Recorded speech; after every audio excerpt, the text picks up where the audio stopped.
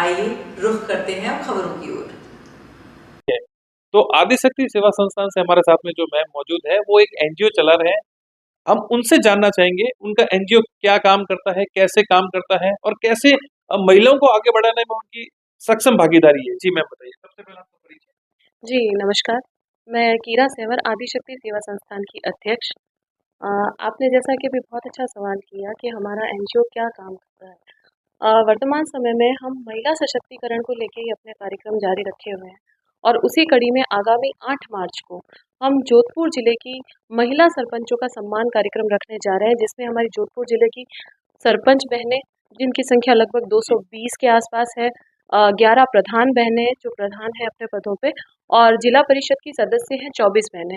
हम उन्हीं को एक मंच प्रदान करके उनका सम्मान करने जा रहे हैं, जिससे कि संपूर्ण भारत में हम एक ये संदेश पहुंचा सके कि महिला जनप्रतिनिधि जो हैं वो भी पूर्णतः सशक्त हैं और राजनीति में बहुत हद तक आगे बढ़ सकती है और अपने गांव का नाम रोशन कर सकती है।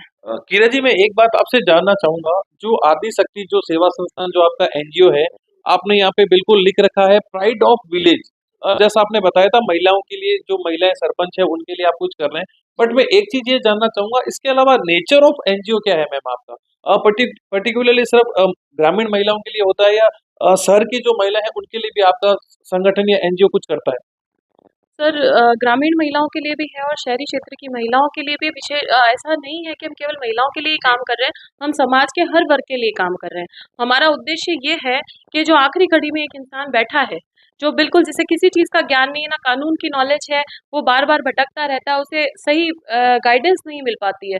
तो हम ये चाहते हैं कि उसको भी समाज की जो हमारी मुख्य धारा है, हम उसमें जोड़ें, हम उसको गाइड करें। उसमें हमारे कई ऐसे युवा छात्र हैं जिनको गाइडेंस की बहुत ज़रूरत है, क्योंकि आज का युवा सबसे ज़्यादा जो है वो गलत रास्तों पे चल रहा है और इस तरह की राह पकड़ रहा है जिससे उसका जो भविष्य है वो दिशाहीन होता जा रहा है। वहीं महिलाओं की भी स्थिति कुछ खासी अच्छी नहीं रही है और वृद्धजनों को लेकर के हम बात करें तो बहुत सारे ऐसे वृद्ध आश्रम आजकल खुल चुके हैं। अगर बच्चे अपने माता पिता का सम्मान कर पाते तो शायद इतने सारे वृद्धाश्रम हमें देखने को नहीं मिलते।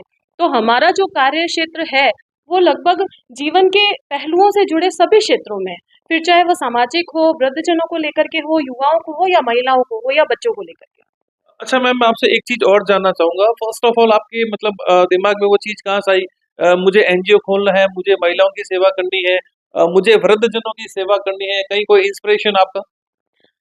सर, ये जो सवाल आपने किया है इसमें ये है कि मैंने हमेशा कोशिश की कि मैं ज़्यादा से ज़्यादा समाज से जुड़ के रह सकूं और समाज में लोगों का भला कर सकूं और समाज सेवा का काम कर सकूं। ज़रूरी नहीं होता, आज हम देखते हैं बड़े-बड़े नेता बन तो जाते हैं लोग, लेकिन समाज सेवा के नाम पे ज़ीरो है। इसलिए समा और कहा ये जाता है कि हम समाज सेवा कर रहे हैं राजनीति करके, लेकिन वास्तविकता ये है कि जिसे वास्तव में समाज सेवा करनी है, वो कभी भी राजनीति को बीच में नहीं लाता है, वो सामाजिक स्तर पे करता है। और दूसरा, आदिशक्ति बनाने के लिए सबसे ज़्यादा जो मुझे बैकबोन सपोर्ट मिला है, वो मेरे पति एसएल जानी जी का है। तो इनके सहयोग से ही ये रहा है कि आप काम करिए, समाज की महिलाओं को आगे लाइए, ताकि आपकी इंस्पिरेशन से और महिलाओं को भी आगे जी इंस्पिरेशन मिले। बिल्कुल आप देख सकते हैं 8 मार्च को पूरे इंडिया में नहीं पूरे वर्ल्ड में अंतर्राष्ट्रीय महिला दिवस मनाया जाएगा। महिलाओं की भागीदारी सुनिश्चित करने के लिए महिलाएं खुद आगे आ रही है और सरकार भी इसके लिए कई बड़े कदम उठा रही है।